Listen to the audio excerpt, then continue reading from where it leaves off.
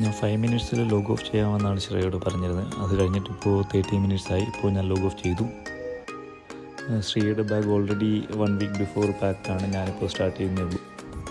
Packing എല്ലാം കഴിഞ്ഞപ്പോൾ home കുറച്ച് വൃത്തികേടായിരുന്നു. സോ ഞാനിപ്പോൾ ടാപ്പ് ഓൺ ചെയ്തിട്ടുണ്ട്. അവനിപ്പോൾ എല്ലായിടത്തും ക്ലീൻ ചെയ്യുകയാണ്.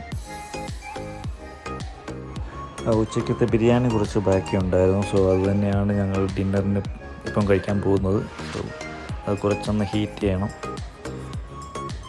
അപ്പോൾ ഞങ്ങൾ ഇന്നത്തെ കന്നഡ ബിഗ് ബോസ് കണ്ടുകൊണ്ട് ഇപ്പം ഫുഡ് കഴിക്കുകയാണ്. അത് കഴിഞ്ഞിട്ട് റെഡിയായിട്ട് എയർപോർട്ടിലോട്ട് പോകണം. അങ്ങനെ ഞങ്ങളൊരു യൂബർ ബുക്ക് ചെയ്ത് വീടിനോടും സിറ്റിയോടും വിട പറഞ്ഞു എയർപോർട്ടിലോട്ട് യാത്ര തുടങ്ങിയായി.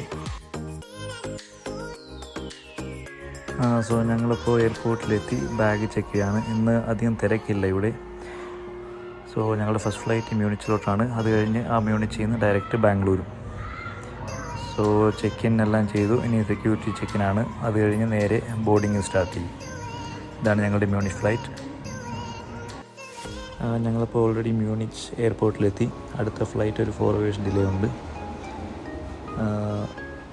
So already boarding സ്റ്റാർട്ടായി.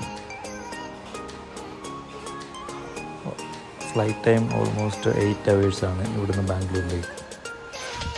ബാംഗ്ലൂർ എത്തിയപ്പോൾ ഓൾമോസ്റ്റ് രാവിലെ 2 മണിയായിരുന്നു. സോ ഞങ്ങൾ ആദ്യം ചെയ്തതെന്ന് വെച്ചാൽ നല്ല ഇഡ്ഡലിയും ദോശയും ഫിൽറ്റർ കോഫിയും കഴിക്കുകയായിരുന്നു.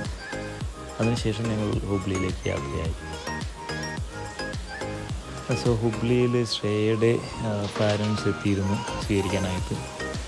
സോ എല്ലാവരും നല്ല ഹാപ്പിയിലായിരുന്നു. സോ വീട്ടിലെത്തി അമ്മ അപ്പോൾ ആരത്തിയൊക്കെ ഒഴിഞ്ഞ് ഞങ്ങളെ വീട്ടിലോട്ട് പ്രവേശിപ്പിച്ചു. ഇനി ഞങ്ങൾക്ക് കുറച്ച് റെസ്റ്റ് എടുക്കണം. 2 ദിവസമായിട്ട് ഉറക്കമൊന്നുമില്ല. സോ അടുത്ത വീഡിയോയിൽ ബാക്കി അപ്ഡേറ്റ്സ് വരുന്നതായിരിക്കും. Thank you.